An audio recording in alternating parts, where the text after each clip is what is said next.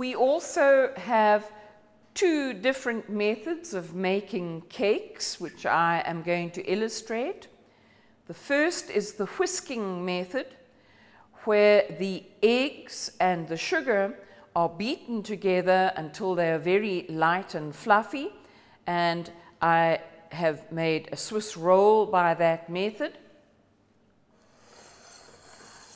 Or the creaming method, where the margarine and the caster sugar are beaten together very, very well until they are light and fluffy, and they are then combined with the other ingredients, and we have creaming method cakes with varying numbers of eggs in them, and we can also use that same method for making a steamed pudding.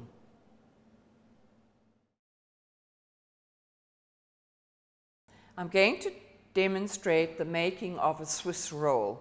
This is going to be an ordinary jam Swiss roll.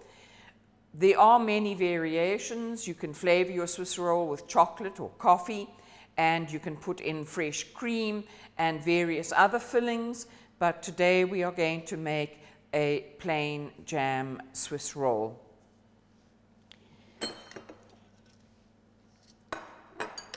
Take your flour and a pinch of salt and sift them very well. Many recipes suggest that you sift the flour at least 2 or 3 times to aerate it as much as possible, because there is no baking powder used in a Swiss roll.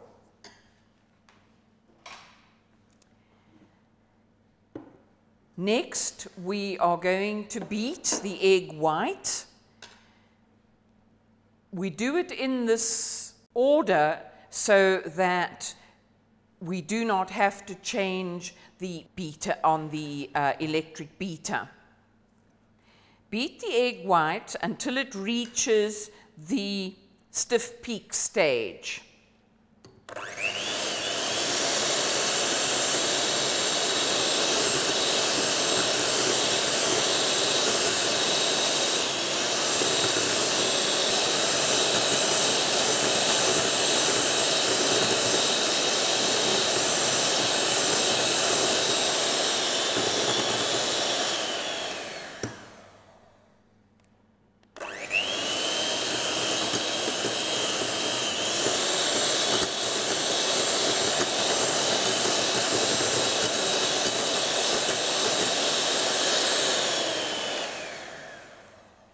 The egg white is now holding its shape.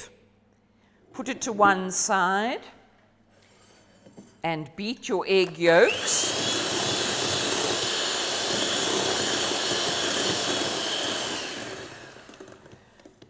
Slowly adding the vanilla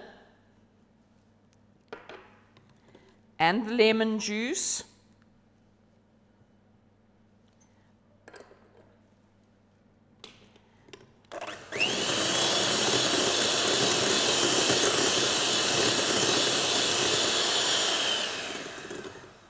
And the sugar, the caster sugar, little by little.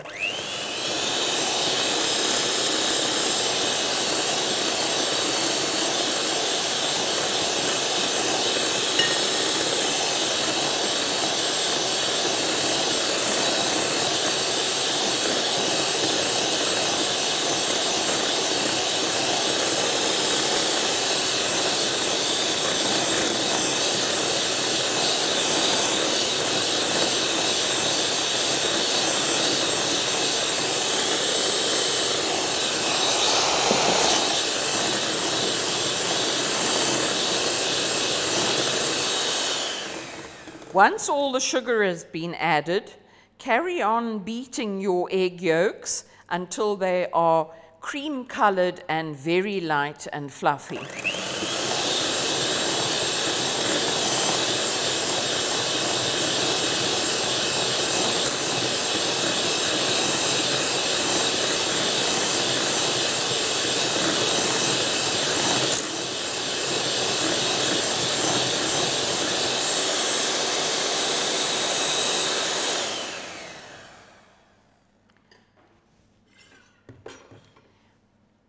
The egg yolks are very light and fluffy and have paled from their original yellow color.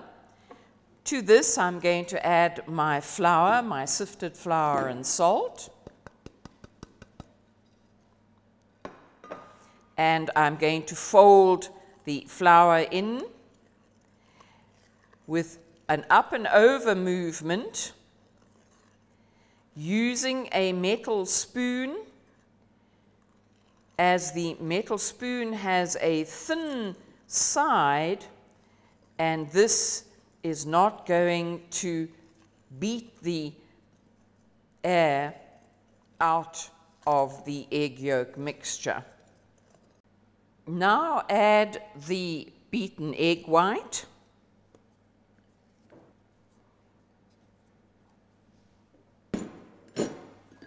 And fold that in.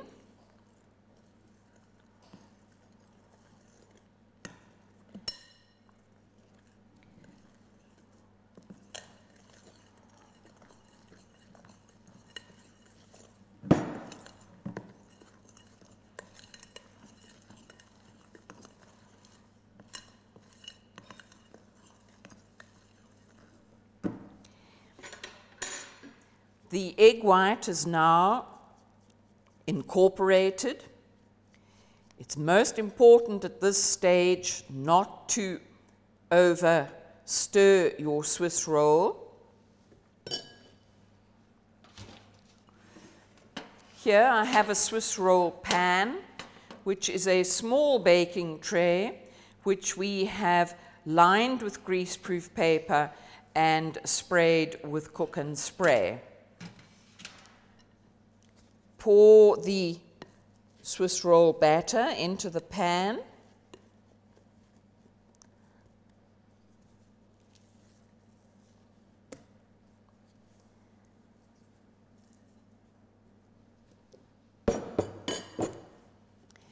Spread it very gently so that it covers the bottom of the pan.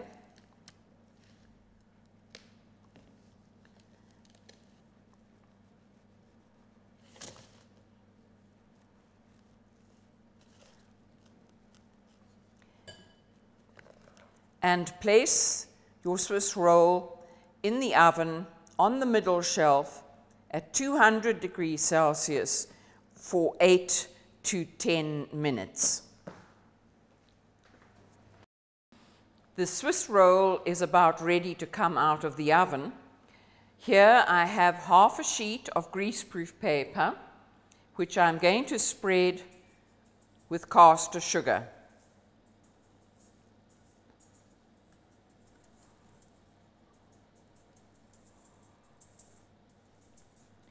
Be quite generous with your caster sugar, as this stops the Swiss roll from sticking to the paper.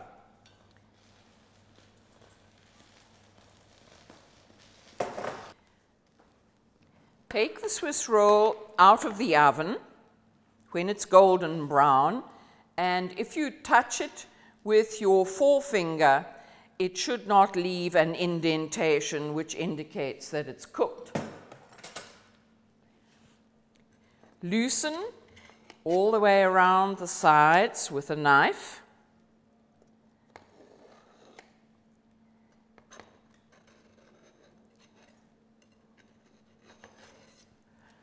And turn the Swiss roll out onto the caster sugar. Remove the paper very carefully.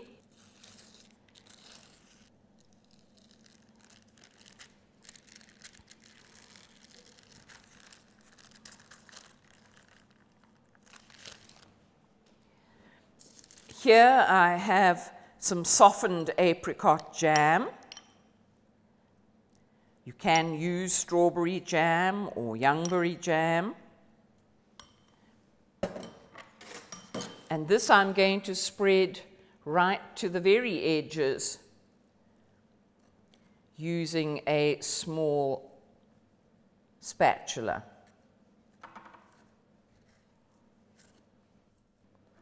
Make quite sure that the jam goes to the edges of the Swiss roll.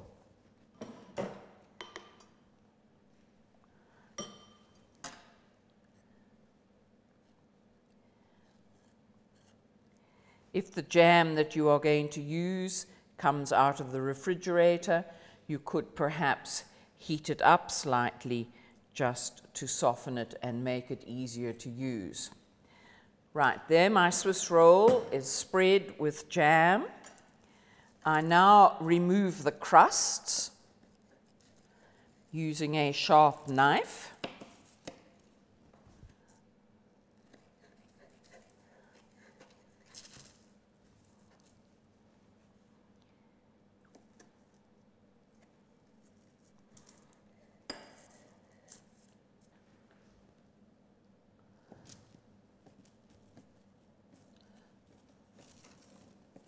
And then I'm going to roll my Swiss roll using the paper, or using the paper to help me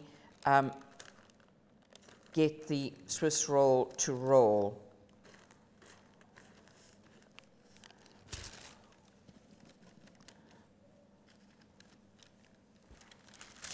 And I'm going to leave it rolled in the paper so that it retains its shape until such time as I want to serve it.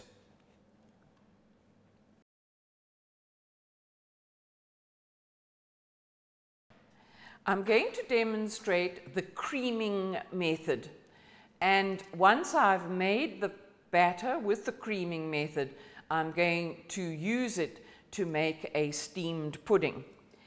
When doing the creaming method, you sift your dry ingredients, your flour, your salt, your bicarb, and your mixed spice. Sift it all together onto a plate.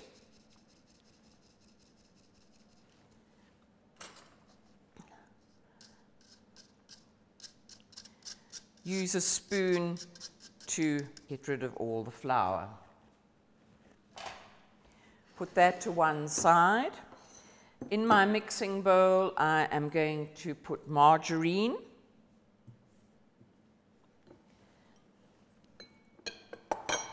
and my caster sugar. At this stage, you would add vanilla, but we are using mixed spice as instead. I'm also going to crack my egg.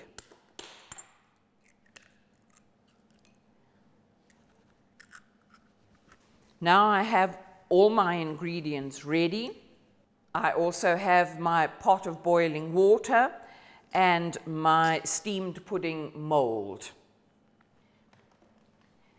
Beat the margarine and the sugar together until it is light and fluffy.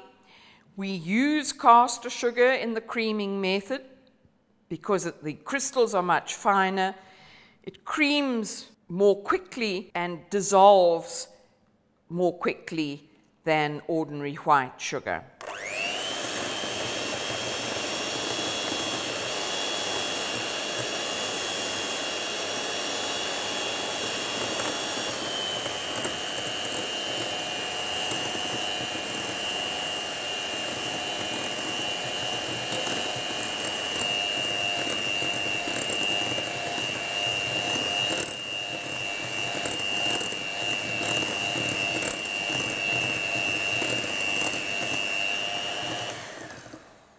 As you can see, as the margarine becomes softer, so it combines with the sugar, and we must continue beating it until it is very cream colored.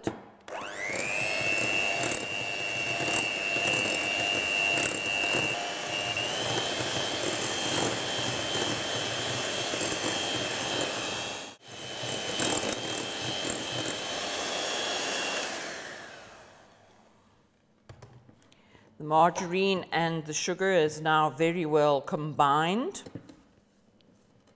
and I'm going to add my egg and beat it some more.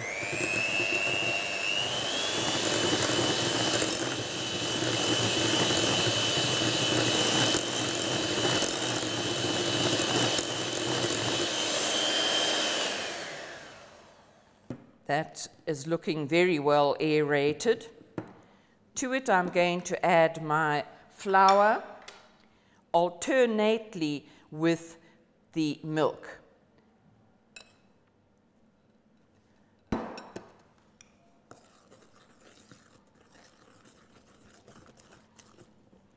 going to add some more flour.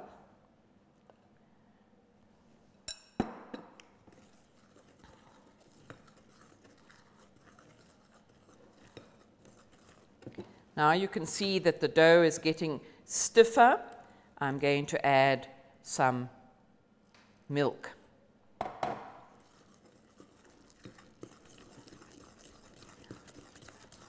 And I'm going to continue alternating the flour and the milk until the ingredients are used up.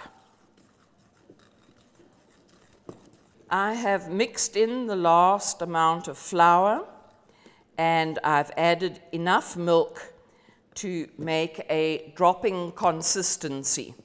A dropping consistency means that the dough will slide slowly off the spoon. Here I have my mold, which has been greased with spray and cook. Into it I'm going to place some jam and make what is known as a jam cap pudding. Or you can use syrup and make a syrup pudding.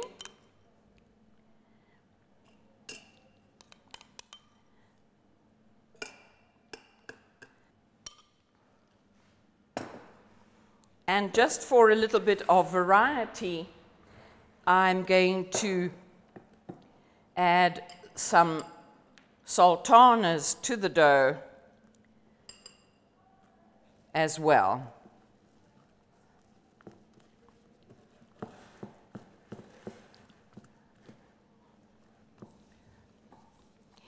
The steamed pudding is very versatile.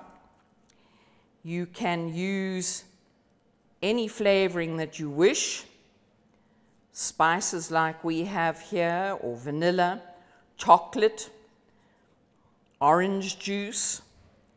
You can put dried fruit into it if you so wish, and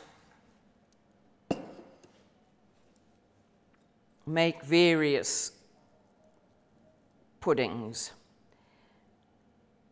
Here I'm going to put the dough into the mold.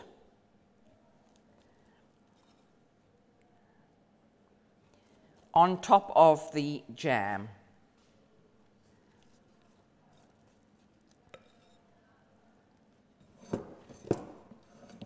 Don't worry about smoothing it over, as the dough softens with the heat, so it will spread itself. I'm going to place the lid on the pudding, and I have greased the lid so that as the pudding rises, it doesn't stick to the lid. And I'm going to clip the lid on.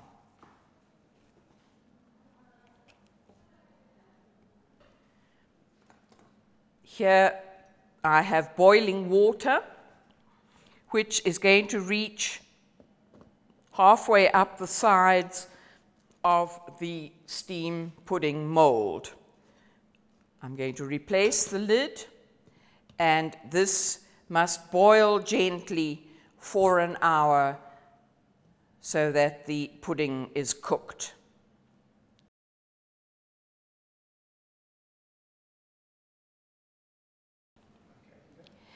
I'm going to illustrate the making of butter icing. Perhaps I should explain that we don't use butter, we use margarine, but it is still referred to as butter icing. It's better when you're making icing to always sift your icing sugar, which is a very fine powder and is inclined to lump.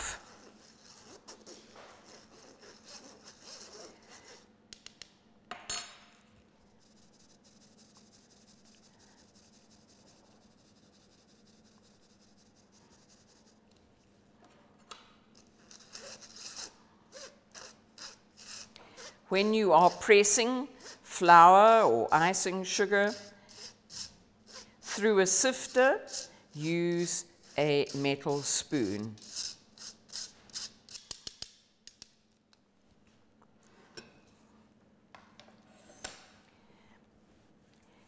Here I have my margarine, to which I'm going to add some vanilla.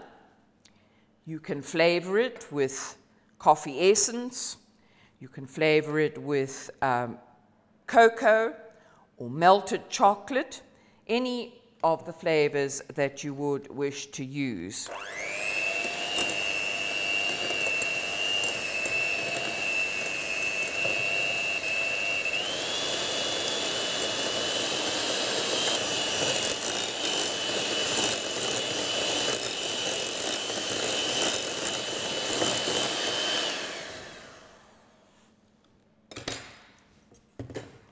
I have softened the margarine with the beater, and I'm now going to add sifted icing sugar.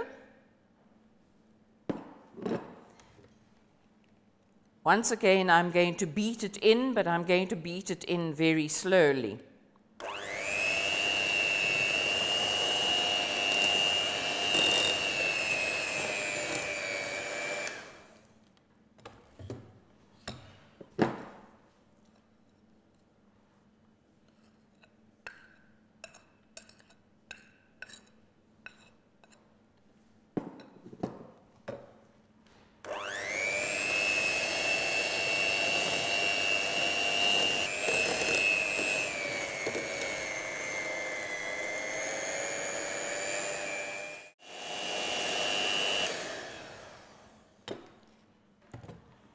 The beater is finding it heavy going as the icing is quite stiff, so I'm going to continue using a wooden spoon.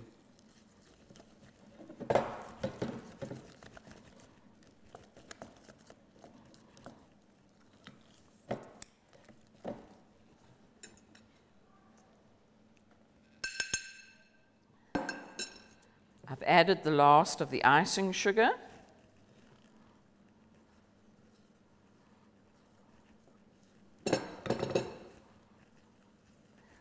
And you can see that the consistency of the icing sugar is rather dry. So I'm going to add very little milk, just to get it back to being a spreading consistency. As you can see, I used about 2 teaspoons of milk, which is all that I needed to get the consistency of the icing sugar correct. And you can tell that the consistency is correct by lifting the spoon up, and the icing sugar will make peaks that only bend over slightly.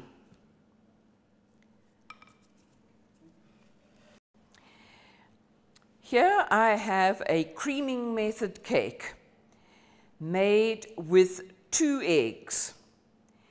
The exact same method that I used for the steamed pudding was used to make this cake, where you beat your margarine and your sugar until it is very light and fluffy before you start adding your other ingredients. Because this cake has the minimum number of eggs in it, we ice it with butter icing.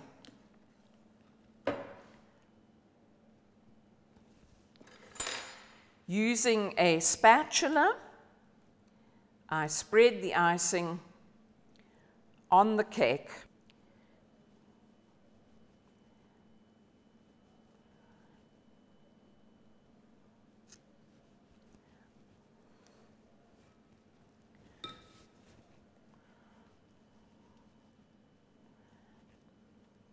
The cake must be ice cold before you ice it with butter icing.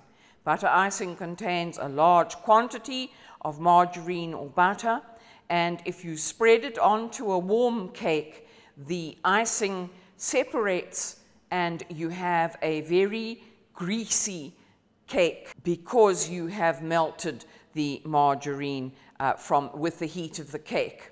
So you must remember that your cake must be absolutely ice cold. If you wish, you can ice the sides of the cake. This is not absolutely necessary. It is personal preference as to whether you want to ice the side of your cake or not. You can also smooth the icing completely, or you can leave the knife blade patterns on the icing, or you can use a fork to make patterns on the icing of the cake. To finish the cake off, you can use cherries. These you chop in half, place half a cherry in the center of the cake, and because cherries are so expensive, you can then place quarter cherries round the edges of the cake.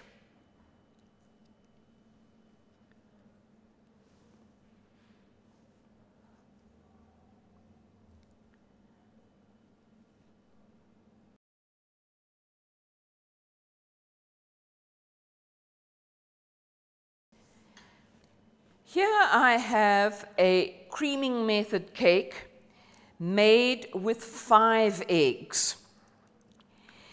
This is a much heavier, richer cake, which we don't ice.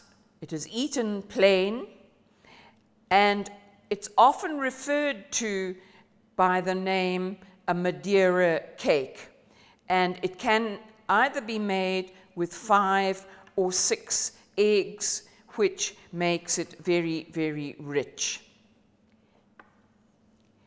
If we slice the cake,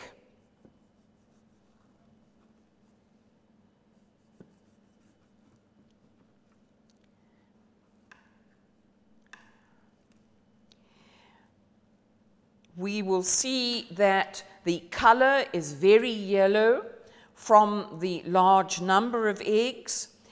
The texture is very close, and the texture itself looks heavy because the cake has so much margarine and so many eggs in it.